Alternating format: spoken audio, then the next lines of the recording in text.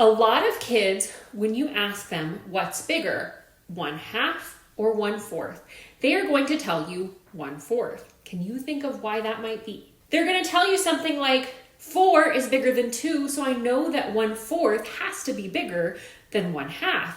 And it makes sense because up until the point of fractions, a bigger number typically means a bigger quantity. So we need to teach this concept in a way that makes sense to their brain.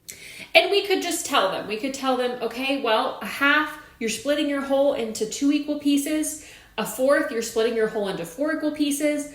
The 4th is going to have smaller pieces. But that's not really going to compute for a lot of kids, so we need something in real life. And this is my favorite real life example to use. Here I have this lovely Fred Meyer carrot cake that I accidentally ordered in my grocery order. Don't ask me how it happened. I'm not sad about it.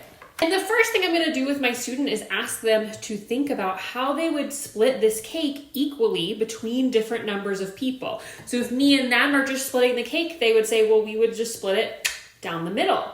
If me and them and 2 other people are sharing, we're going to split it into 4ths, and they're going to show me that. We're going to do it with 6ths, 3rds, 8ths, 9ths. 9ths is a little hard on a circle.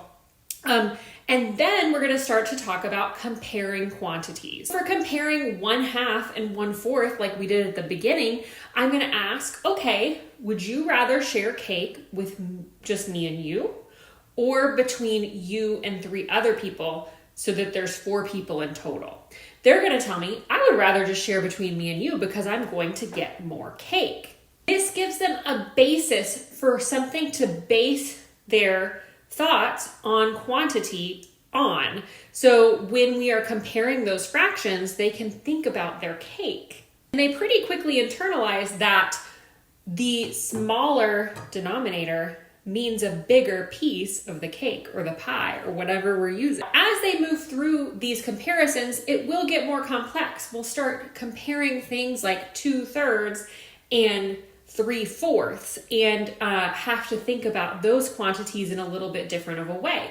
But this example helps these kids understand that my quantity is bigger when my denominator is smaller when we're thinking about unit fractions, which is just 1/4 or 1/2, 1/3, etc. Try it out with your kid. Let me know how it goes.